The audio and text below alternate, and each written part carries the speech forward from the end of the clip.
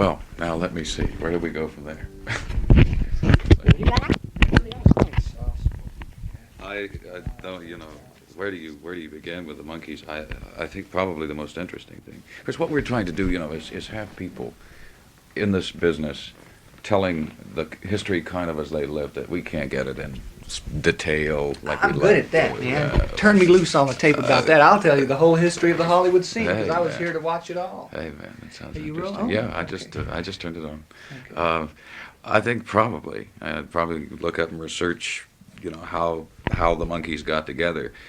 But I have never read any account of what it was like when the four of you got together and had to form in a certain amount of time and become a unit and work together and et cetera, and become a group just like out of thin air, so to speak.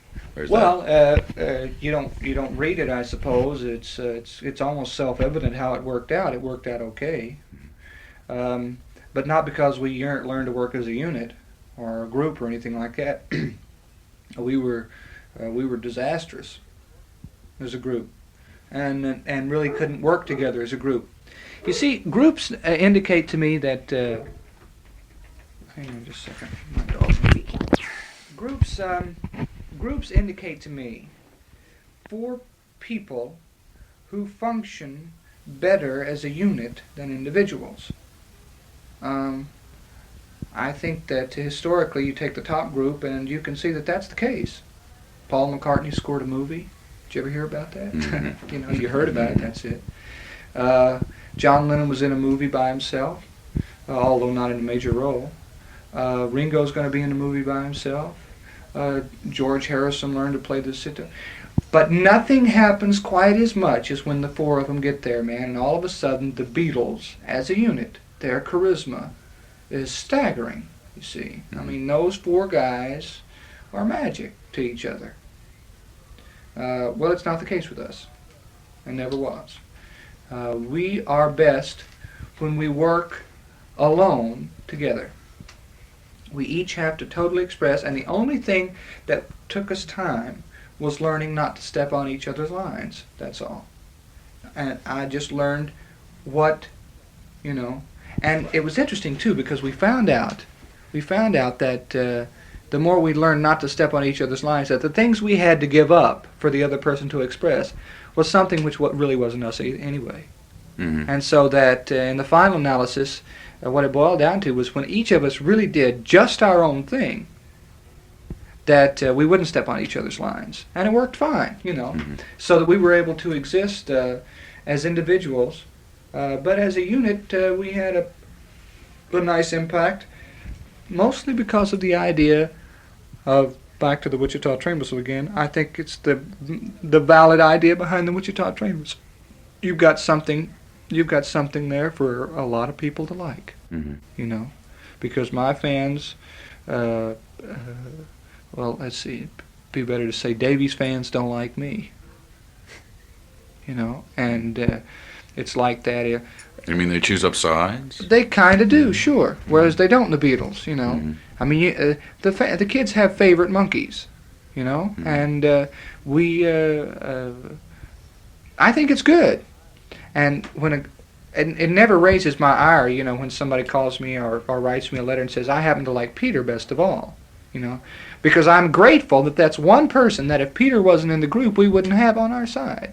Mm-hmm. I mean, that's great because, she ain't going to like me because she just told me she didn't, Mm-hmm. or he. Mm-hmm. So I think that's, and when we all got together, that was all we had to learn to do, and that was enormously difficult. Not so much from the technical standpoint, but because it was a moral issue. I mean, each one of us had to be totally straight within his own self. I couldn't step on Mickey's lines or Peter's lines or David's lines. I couldn't, exert any kind of personality that they fulfill. I didn't want to, perform a function that they did the best. Mm-hmm. For me to be the zany idiot comic, Mickey's got to have that title. I can't do it, although I did a lot of it before I joined the group, but I can't do it as well as Mickey. And it was hard for me to give some things up that I had to give up, Mm-hmm. But I finally found out that I was the happiest when I finally gave them all up and let the fellas express themselves, because they, in in the end let me express mine, and so it was a great marriage, and we were all happy. Specifically about the music, though, learning to play together as a band, a singing group, as such. What kind of a problem did that present? That was a problem only so much as that we were undermanned. We were a three-piece group. I couldn't play bass, and Peter could, but he played guitar better than I did, and so, and Mickey had to learn to play drums, basically, although he played a little bit. And Davey didn't play guitar, although he can now play more than he ever could. And what has happened is that it has never emerged into an enormous group. Although we play, fair. I mean, it's okay. We do fine by ourselves now, and the records that you hear us playing on now are what it is. But we can't get up beside somebody like the Buffalo Springfield, I mean, here are four guys who operate as a musical group. That's their function, and they do that just brilliant. I mean, I don't play guitar that good. I'm not particularly ashamed of that fact either. I just don't play guitar as good as Neil Young or Eric Clapton, and Peter can't play bass as good as Paul McCartney, and Mickey can't play drums like Ginger Baker. I mean, it's just one of those things. We just can't do it. But that doesn't put us uptight. We do what we do, and we do that well. Mm-hmm. And Headquarters and Pisces Aquarius and the next album that'll be out, that's us. You hear us in there playing and doing our little riffs, and what we can do, we do. And so that's it. But it never did turn into a total monster, And our records were always accepted more because of the fact that we were on them, rather than they were such musical monuments, Now they may get better because we're producing it all now, and you may see some improvements artistically. Are you going to want more writing, say, perhaps? Yeah, and I don't know what kind of, I don't know. You're going to see a lot of improvements artistically. I don't know. Our sales may go right down the tubes. We may end up at the end of the year in the toilet, but at least I think the quality of it will improve because we've abandoned this whole commercial thing. At least I have, totally. I don't care, if it sells a nickel or not anymore. I just want as many people to hear it as possible. So while it was difficult just to get it going, after it was going, we realized that we weren't going to ever, emerge into one of those huge very astute musical groups, and very adept at doing what they wanted to do, because we just couldn't. We just didn't have the talent. We just didn't know how to do it. I can sit here and I can tell you that I can play guitar better than Jimi Hendrix ever thought he could, but it's a total lie. I just can't do it. And Peter can only do what he can do, and so that's it. We just can't, And we're not like I say, we do what we do as best as we can, and we put that on record. Did it ever do you ever get kind of mad, though, by some of these so-called avant-garde people writing in these underground newspapers? Because I think they've treated you guys kind of unjustly at times. I think you've had, from some of the so-called way out or way in or whatever you want to call them, you know what I'm talking about, the critics, end quote. Do you ever think enough, guys? We never said, that we're trying to, to do this. I mean, this is what we do, etc. And get off our back. Yeah. Well, this is interesting. The first thing for me to say is that I never have cared, but that's not true. It's been a source of great displeasure to me, and immense discomfort, and I don't know why. I should put that much stock in what Richard Goldstein says, or whether Crawdaddy ignores us or not. But they do, and that upsets me, and I would like them to like us. And I don't know, I guess it's because I'm an artist and my ego gets hurt. There are all kinds of reasonings in my mind. I mean, I can see that they're out of line. I mean, I know in the instance who's wrong. I mean, their condemnation of us, it's obvious to me that condemnation is unjust. And that they are, when it gets down to the wire, the people who are out of line, because they're condemning us for not being valid when that's all we've ever been. I mean, condemning us for not being totally honest and totally. I mean, we are absolutely what you see. There is no front. There is nothing else, and maybe the only group around like that. That's odd, but that's the truth. We are the only, maybe, the only people who can get up there. There's no facade, no false front, nothing, man. I'm sitting here on tape, go over the years. I'm telling you, I can't play guitar as good as Eric Clapton. Now ask Eric Clapton whether he can play better than Jimi Hendrix. You know, and you got an interesting thing there. See, I'm being very straight, and I don't. The fame and the wealth soothes it a lot, and while those aren't my values, it helps some, to be able to hide behind all that. To some of the other fellas, it's meant, an awful lot. They say, oh, well, look, I'll cry all the way to the bank. To me, I do cry. I may cry all the way to the bank, and I may do all that other stuff, but it hurts, and I would like that acceptance, and I'm willing to do whatever it takes to gain that acceptance. But all I can do is everything I can, and I'm doing that now. And if I can't get acceptance for it, well, then I'm really up a creek. I will really be anxious to see the reaction to the Wichita Train Whistle from some of these people, because I think quite frankly, you're going to knock some of them on their butts. I really do. Well, I don't know. It's going to be interesting to see. I have no desire for vendetta. No. Only right. just all I want to do is just for them to turn around and say, well, yes. Mm-hmm. Yes, that's fine. And I know also, John, as I sit here and talk to you, that the minute those people turn around and say, yes, we accept you, that it's totally unimportant to me whether they accept me or not. Mm-hmm. I know that the acceptance is not going to make what I'm doing any more or less valid. But like I say, it's a purely egotistical thing, and I can't be altogether honest with you and say, no, it doesn't make any difference with me. Although that would be the cool thing to say, I suppose. Mm-hmm. Was that the first time that you cats went out on the stage to perform? Was that really pretty difficult? Had you really had a chance to get ready for that tour? Oh, we were totally ready. Were you? Oh yeah, sure. We were ready. Boy, we had that whole scene right, by the nape of the neck. The only real problem that we have, and it's something that nobody ever understands, is the incredible mechanical problems of performing under conditions like that. I can honestly tell you that I have no concept to this day what in the world we sound like on stage. I mean, in the studio it comes out a little, but you get us on the stage, I don't know. Mm-hmm. Peter's bass may be horrible, he may be flat, I don't even know whether we're in tune. I have to turn my guitar up so loud, that it's frightening, and I can't really be sensitive with it or delicate with it like I'd like to be, and so I don't know. I know that we went out there prepared for those conditions and played well under those conditions. I think we probably played better under those conditions than almost anybody else could play, except maybe the Beatles. But they've been through it. And you have to understand. You see, where most groups work years and years in a club and get their sound tight and good, and they always know, and they can play without ever hearing each other. Our first job was in the Hawaii Municipal Auditorium in front of 8,000 crazy maniac kids, and I didn't even know whether Peter was even over there. I couldn't see him for the flash cubes. The only thing I could do was sit there and wait. Mm-hmm. And I played the guitar a little bit and that kind of stuff.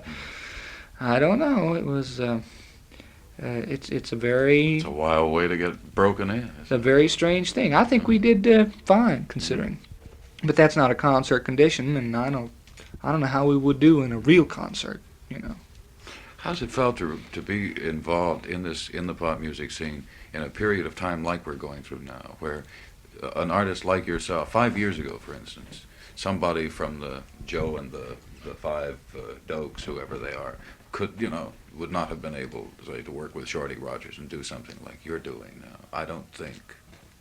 Well, I don't think, say, even Chad Stewart would have been able to have a chance to do Progress Suite and have Columbia put it out 5 years ago, 10 years ago. There seems to be a lot more freedom now than we had, and certainly a lot more well, you see, kinds of music. Yeah, it's a difficult question. You asked me how does it feel to work in the freedom, and I've never known the bondage. Oh, yeah. You see, it's fine. I'm totally discontent. Mm. I think it's horrible. I can't say all I want to say and this kind of thing. I don't think I'm going through the same problem that, and the people that stand up and say, yes, but 14 years ago you couldn't sew and cramming. And I'd say, yeah, well, I don't care about 14 years ago, man. All I know is now I'm having a heck of a time doing so-and-so. So I don't know how it feels. It would be interesting to see the bondage. I have never known,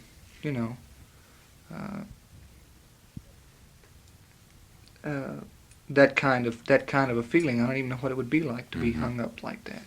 Might be horrible. What kind of freedom did you guys have with the selections of your songs initially? Were these all picked from without, or did you have pretty much Well, any kind of starting with headquarters, we had almost total autonomy. We've given a little bit of that up on this last album in an effort to keep the peace. We are involved in such a corporate complex, and that we really can't have all the freedom that we need.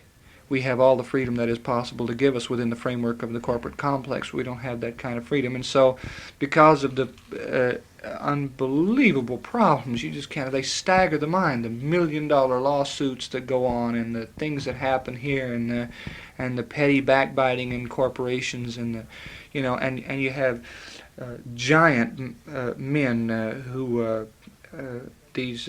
I watch these incredible executive men, with fine minds and fine men, just absolutely crumble under the strength of corporations. I mean, like Jerry Himes, who is the president of Screen Gems, one of the finest men I've ever known. Totally honest, but I watched this whole corporation thing just mash him, and watch him constantly pummeled back and forth. And I have no idea how the man has the strength to do it. I respect him, love him like my own father, too. And Lester Sill, who runs the record company, I love him like my own father. All these men, but I watched the pressures and the influx and the inflections and all the things that happen inside of a corporation. For us to have total autonomy, which we did on Pisces, Aquarius, and headquarters, threw everything into. It was like cataclysma over there. And I was standing there watching the walls rain down, and finally they said, "Fellas, you got to help us a little bit." At which point we said, "Well, okay, cool. You can do some of your own thing." And it's irked us. We don't want to give up any of the thing. It was such a fight just to get that kind of a say. Because the first two albums, man, they were handed to us in hotel rooms and said, "Isn't this nice? This is what we did with the last picture we took of you." We didn't play.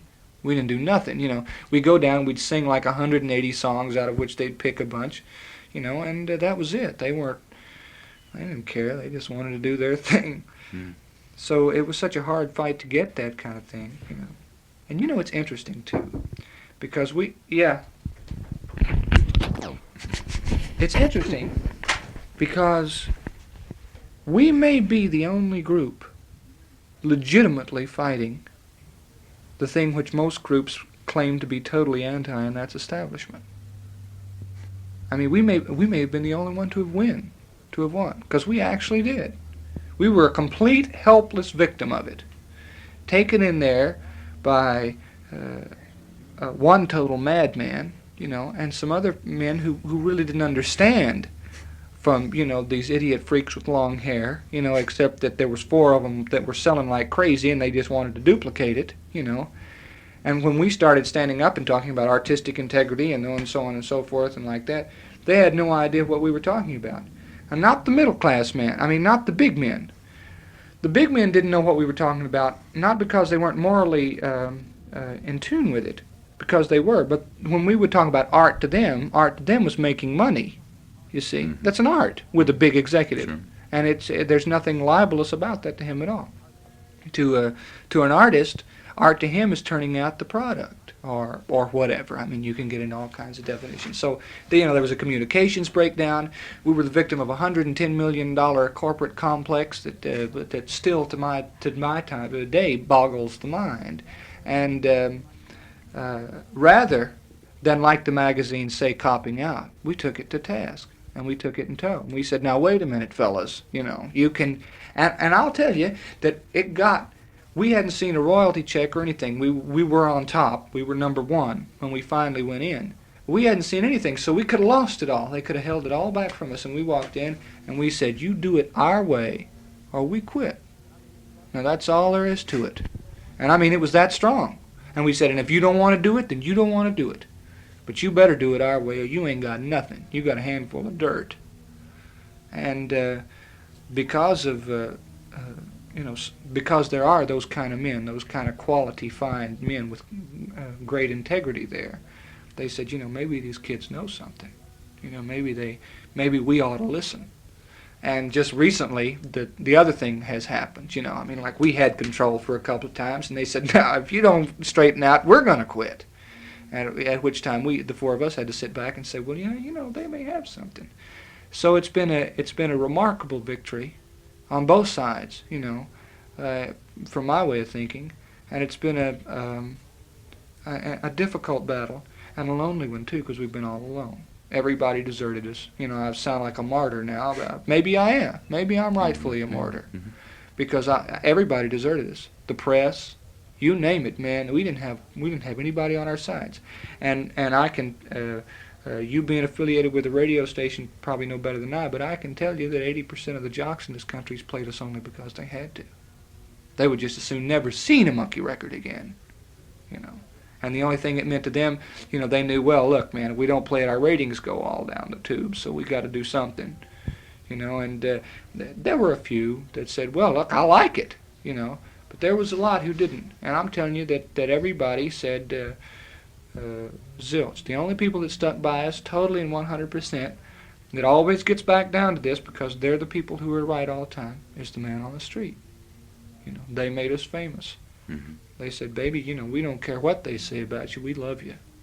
And subsequently we outsold everybody and outdid everybody. And you can lead a horse to water, but you can't make him drink. And all you can do is, they can hype and they can put the ads up and everything like that, but if the people don't like us, they ain't gonna buy us.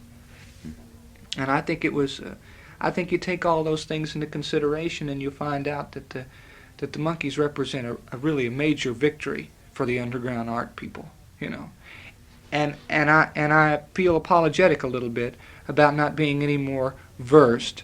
I feel apologetic about not being Eric Clapton, because I would like to see Eric Clapton have this kind of a victory, But the only thing that I can assure the entire world is that I'm no less valid than he is, that I am genuinely interested in art, and that the worth of things to me is their own intrinsic value, and not what someone would like for me to believe. And I consider myself as much of an artist as, say, an Eric Clapton or a John Lennon or these people. And because I'm an artist, it hurts me that they weren't able to make this kind of a thing. I mean, the last thing you hear about Eric Clapton is he gets busted. That's a drag. And I would wish this on somebody who was, not because I'm benevolent, but just because I'm a member of the artistic colony, and the people that make us up are important to me. So while the Eric Claptons and the people like that have maybe won with their rebellion, we just went into the middle of it and fought the corporation on their own level. And we said, now, establishment, we just want to talk to you about this. And sit down, and we set everybody down, and we did our number, and that was it, And I think there have been some big steps, unsaid, but big steps made. And, there's not been much notice taken of it, but I think that it's been an enormous victory for us. Maybe there will be. Yeah, and I think it's been an enormous victory for the pop world. It's a shame that those first two albums were such a disaster. And it's a shame that the second two albums, which were all ours, were not of that kind of caliber that people so desperately search for. That Manolete kind of thing. The only thing I can say is we did the best we could, and I think that some of it was downright great. I think, but we're not kidding anybody. You stack us up beside Sgt. Pepper's, you got a milestone on one hand, and you've got a far above average product on the other. What are among the things now that you have done individually as songs? Mike, could you give me an idea of some of the things that have been more or less pleasing to you that you've liked? That have come out? Yeah. Well, yeah, that's a difficult thing to ask, John, because now as I look back, there's really nothing that has been very pleasing to me because I'm so far past them. I think, ooh, how could I have done that? I'm into one of those things. Headquarters, as I recall when I did it, made me feel good. It doesn't anymore because I'm past that. I think, well, they say, yeah, we could have done a lot better. Well, we could do a lot better now, but of course we wouldn't do Headquarters now either. I think this next album, I'm very pleased with some of the things that are happening on it. Specifically, I can't even remember, but just some things like that. So it's a difficult question. It's an impossible question to answer, as a matter of fact. Okay. Listen, why don't we start?